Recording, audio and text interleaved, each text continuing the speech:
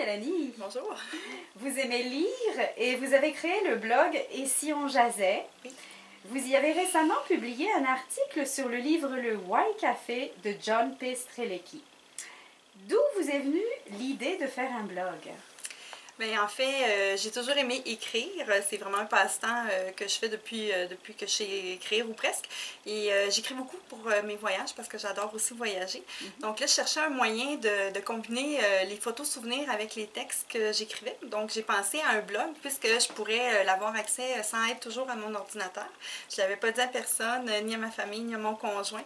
Puis un jour, quelqu'un l'a su, s'est mis à partager ça sur Facebook et la magie des réseaux sociaux a opéré. Donc, je me suis ramassée officiellement blogueuse et puis maintenant, ça va très bien. Là. Ça fait plus d'un an. Wow, ok. Donc sur votre blog, vous parliez de, enfin vous avez écrit plutôt sur le livre Le Why Café. Est-ce que vous pourriez nous le présenter puis nous dire de quoi il s'agit? Alors, le Why Café, c'est un petit livre qui fait réfléchir. À la base, c'est ça. Je ne peux pas dire que c'est un roman parce qu'il n'y a pas vraiment d'histoire, il n'y a pas de poursuite policière, de meurtrier à trouver, d'histoire d'amour. C'est vraiment l'histoire toute simple d'un homme qui, un soir très tard, se retrouve perdu au milieu de nulle part et trouve un café qui s'appelle le Why Café et décide d'arrêter quelques minutes, prendre un café, un repas pour se reposer puis retrouver son chemin. Puis finalement, il passe la nuit là, il rencontre la serveuse Casey et le cuisinier Mike ainsi que quelques clients. Puis cette soirée-là, cette nuit-là va complètement changer sa vie. Grâce à 3 questions qui se retrouvent sur le menu, puis à laquelle il va tenter de répondre en jasant, dans le fond, avec ces gens-là. C'est un livre qui porte à réflexion. Et quelles sont ces 3 questions? Bien, en fait, il y a 2 volumes. Je vais prendre le temps de le spécifier. Il y a le Why Café qui est le premier, puis il y a aussi le retour au Why Café. Moi, le texte que j'ai écrit pour le blog, c'était sur le 2e, mais là, je vous présente aujourd'hui le premier qui est le Why Café. Les 3 questions qu'on retrouve sur le menu sont: pourquoi êtes-vous ici? Craignez-vous la mort? Et êtes-vous pleinement épanoui? C'est des questions qui peuvent paraître très philosophiques et très complexes à répondre, puis ils ne se répondent pas non plus en un claquement de doigts. Mais c'est ça qui fait la beauté de la chose, c'est que par les discussions que les personnages ont, l'auteur nous amène à réfléchir à ces questions-là, puis essayer de nous répondre à ces questions-là. D'accord. Puis, vous avez écrit que vous l'aviez lu à un moment particulier de votre vie. Pouvez-vous nous en parler? Bien, en fait, ce qui est drôle, c'est que je ne connaissais pas du tout, moi, ce livre-là. Puis, lorsque je l'ai vu dans les rayons de la bibliothèque, je l'ai pris. Puis, je savais qu'il fallait que je le lise. C'était comme écrit dans le ciel que c'était le moment où je devais le lire. Puis dans le premier, entre autres, là, ce qu'on parle beaucoup, c'est la raison d'être. Qu'est-ce qu'on fait dans la vie? Qu'est-ce qu'on veut faire dans la vie? Qu'est-ce qu'on veut faire de notre vie? Puis moi, je pense que quand je l'ai lu, j'étais à un tournant à savoir, est-ce que je poursuis dans la direction où je suis présentement ou est-ce que je retourne à la base, à ce que j'avais envie de faire au départ. Puis parce que c'est sûr qu'avec les obligations familiales et tout ça, des fois on dévie un peu de ce qu'on s'était dit. Puis ce livre-là m'a comme ramené à me recentrer sur mon objectif final de vie. Puis il y a bien des choses qui ont découlé suite à ça. Puis entre autres, le blog a comme poursuivi face à ça, parce que moi, au départ, j'étudiais en tourisme, puis mon rêve, c'était de voyager, puis à travers le blog, mais je voyage beaucoup, puis j'aimerais donc ça, pouvoir continuer à le faire, puis à partager ça. Fait que, sans pour autant laisser mon travail ou mes amis, tout ça, mais essayer, comme on dit, de nager dans la bonne direction. Puis ce livre-là, au moment où je l'ai lu, les réponses que j'ai trouvées m'ont confirmé que c'était vers là qu'il fallait que j'aille.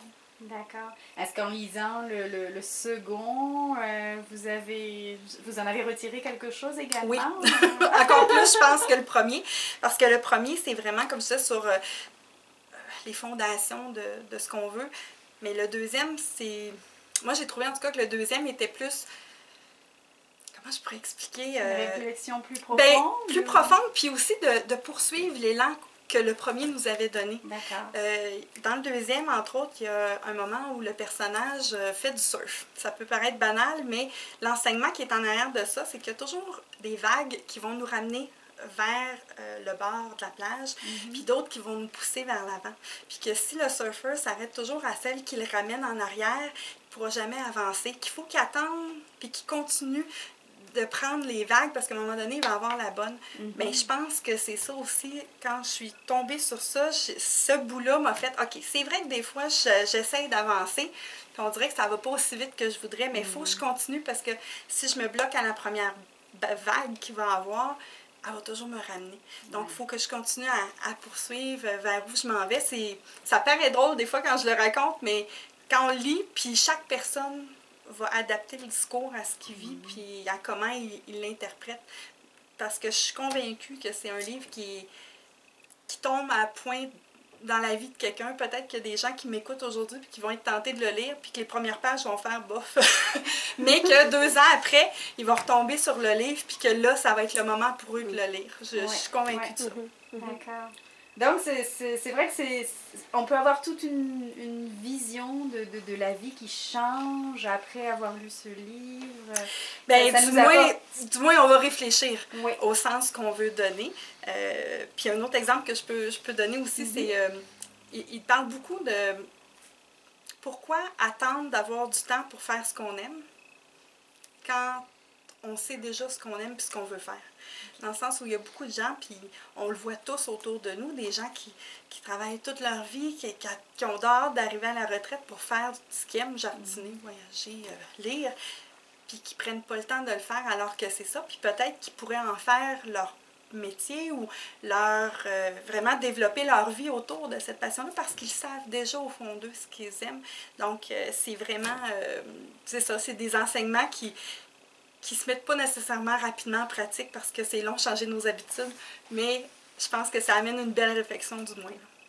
Mais merci, vous nous donnez le goût de le lire, de lire les 2 livres en fait, l'un après l'autre. Donc le Why Café pour le premier, et le retour au Why Café pour le second. Puis je peux rajouter qu'il y a un nouveau qui vient de sortir, ça fait pas longtemps. Ça s'appelle, je crois, Le carnet de mes moments AA, parce que dans le deuxième, il parle de ses moments AA et il a fait un nouveau livre. Je l'ai vu sur des tablettes il n'y a pas longtemps. Je ne l'ai pas encore lu, mais ça va suivre. D'accord. Mais écoutez, merci d'avoir partagé votre goût pour la lecture et votre expérience liée à ces livres.